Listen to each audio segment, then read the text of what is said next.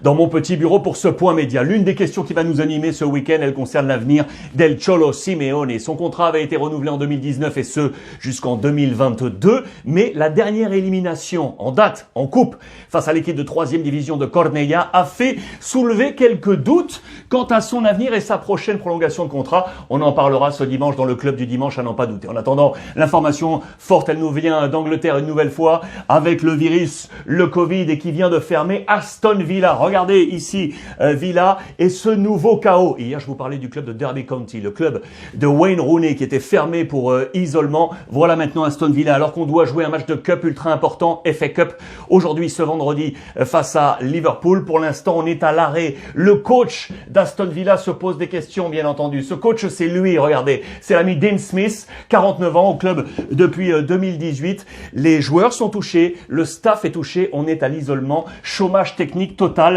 du côté d'Aston Villa, alors que vous le savez, il y a 3 jours, Boris Johnson a fermé le pays, sauf l'activité football. Grosse affaire à suivre. Je voulais vous montrer également ici cette bandelette, ici, que l'on retrouve dans d'autres canards également. Elle concerne Donny van de Beek, le joueur de Manchester United. On va s'y attarder parce que là, c'est un gros dossier. Vous savez, c'était un des gros transferts de l'été dernier. Il était arrivé en provenance de l'Ajax à Manchester pour quelques 40 millions d'euros, 39 pour être exact. Et pour l'instant, eh bien, il ne rentre pas bien dans les plans de Solskjaer. Et du coup, le signal d'alarme a été lancé par ses compatriotes, les frères De Boer. Alors pour les plus jeunes, les frères De Boer, ce sont 2 valeurs fortes de l'Ajax d'Amsterdam, la même formation que Van de Beek. Ils le connaissent parfaitement et pour cause. Juste pour vous rappeler, pour le souvenir, ce sont 2 frères qui ont également évolué du côté du FC Barcelone en même temps et qui ont évolué ensemble sous l'équipe nationale hollandaise. C'est très simple. Le frère Frank De Boer est le sélectionneur national. Ronald De Boer, lui, s'occupe des jeunes de l'Ajax. Il connaît ainsi Van de Beek. Ce qui se passe, c'est que de concert, il passe des messages à Van de Beek pour lui dire tout simplement, si tu veux jouer le prochain Euro sous les ordres de Frank, il va falloir peut-être quitter Manchester United parce qu'il te faut du temps de jeu. Attention, c'est la grande question en Angleterre sur l'ami Van de Beek. Affaire à suivre. Affaire transfert toujours avec Upamecano, le français d'Evreux, que je salue, tous les Hébroïciens, âgé de 22 ans qui joue à Leipzig, priorité du Bayern Munich, vous le savez, pour la défense centrale. Selon différents experts et notamment ici avec l'interrogation autour de Marcel Reif, avec nos confrères de Bild, il nous dit lui qu'il pense que le Bayern devrait le prendre l'été prochain. Pas maintenant, pas cet hiver, l'été prochain pour Upamecano du côté du Bayern Munich. Transfert toujours avec le Portugal. Regardez avec Rodrigo Pinho. Alors ce joueur offensif très intéressant qui est actuellement libre. C'est le meilleur buteur de Maritimo Funchal avec 12 buts inscrits pour lui. Eh bien, le Benfica aurait trouvé l'accord pour le faire venir pour la saison prochaine. Il serait le premier transfert de la saison 2021-2022. Rodrigo Pinha, brésilien, né en Allemagne, joueur actuellement de 29 ans. Il a déjà une expérience. Voilà qu'il serait le premier transfert pour l'ami Jesus qui en a bien besoin. C'est les affaires Mercato. On file maintenant en Italie. Avec, regardez, le Scudetto 4, la Force 4, les 4 premiers du championnat, vous le savez, qui se tiennent en un mouchoir de poche. On va parler de ça. On va parler également de l'ami Chiesa, l'homme fort en ce moment de la Juve, qui a été adoubé par Mancini, c'est à la une du Corriere. Mancini, le sélectionneur national, bien évidemment, et qui dit que actuellement c'est la force montante de la Juventus, en page intérieure de la Gazzetta.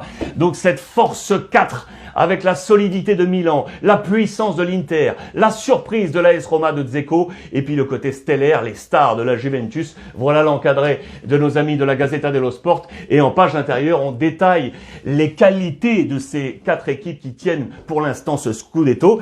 Qui a fait la meilleure affaire? On parle de Mercato. On fait là le bilan de tous les nouveaux arrivés et on pense, assez logiquement d'ailleurs, que c'est plutôt la Juventus qui a fait le meilleur coup sur le marché des transferts avec Arthur Melo, Kulusevski, McKennie, Morata et Chiesa, ces 5 noms qui sont quasiment 5 titulaires, alors que du côté de la Roma, de l'Inter et de Milan, les nouveaux ne sont pas tous des titulaires en puissance. On pense que la Juve a fait la meilleure affaire. On en discutera bien évidemment avec Philippe Genin. Justement, regardez, Chiesa, je vous le disais, adoubé par Mancini.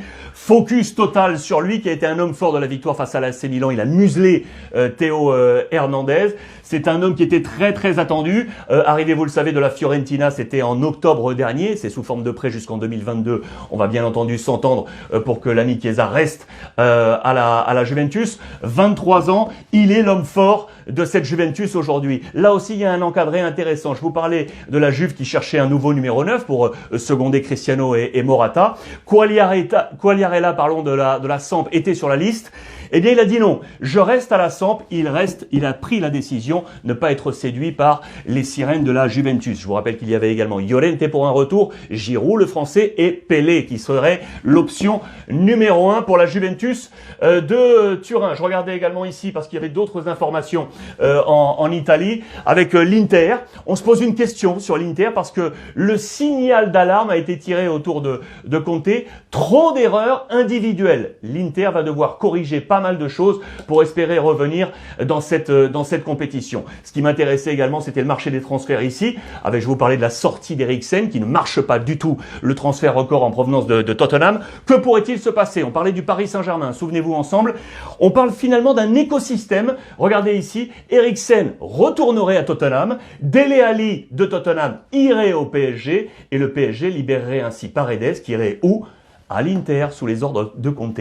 Vous comprenez ce cercle entre ces trois hommes, Eriksen, Dele Alli et Paredes. Affaire également à suivre dans les prochaines heures. Le match qui nous attend dimanche, ça sera dans le CDD. Ça, dimanche soir, avec Philippe Jeunin et Greg Paisley. C'est un Juve face à Sassuolo. La Juve qui est donc ici, en zone Champions, juste derrière la AS Roma. Et attention à Sassuolo, qui est juste derrière, avec 29 points. Boga serait là. On nous dit que l'ami Maxime Lopez, le Marseillais, serait pour l'instant sur le banc des remplaçants. Et voici quel serait le 11 probable, avec Adrien Rabiot, titulaire dans ce plan de bataille autour de Cristiano Ronaldo. C'est probable, c'est dimanche, c'est dans le CDD. Le kick-off à 20h45 et l'émission, vous le savez, à partir de 19h. On part en Espagne maintenant avec, regardez, la tempête Philomène. On lui demande de nous laisser jouer parce qu'elle s'est abattue sur l'Espagne. Attention, il y a beaucoup de matchs qui pourraient être reportés en raison de cette tempête. Du côté du Barça, quand Messi est feliz, quand Messi est heureux, tout va bien. Et on va parler également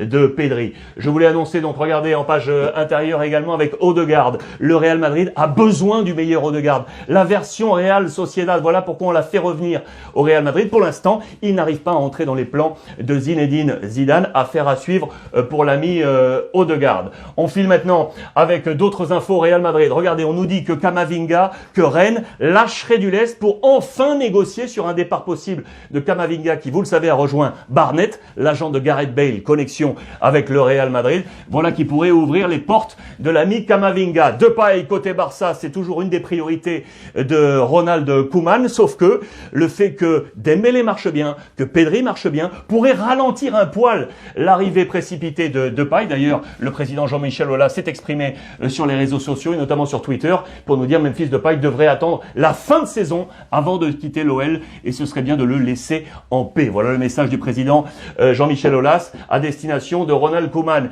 Je vous le disais, un peu ralenti ce transfert parce qu'effectivement Dembélé marche bien, c'est sa meilleure version actuelle sous le maillot du Barça, tout comme le nouveau De Jong qui enfin trouve sa cadence du côté du FC Barcelone. L'éphéméride du jour, les amis. On est le 8 janvier, aujourd'hui cet homme ici à 35 ans. Vous le connaissez ou pas? David Silva, les amis. David Silva, qui a failli être un joueur du Real Madrid, ici avec la légende Mitchell, lui le joueur des Canaries, formé du côté de Valence, parce que le Real Madrid n'a pas saisi la chance de le prendre lorsqu'il était jeune, et du coup Valence s'est emparé de ce talent, avant d'être prêté du côté, regardez, d'Eibar en 2004 en deuxième division, puis le Celta Vigo en 2005, avant de revenir à Valence pour de très très belles années ici avec Joaquin.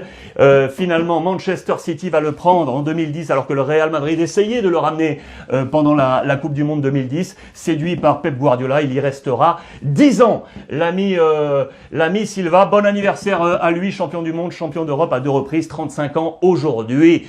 Bonne journée à vous tous les amis, passez un bon week-end et comme d'habitude, profitez des vôtres.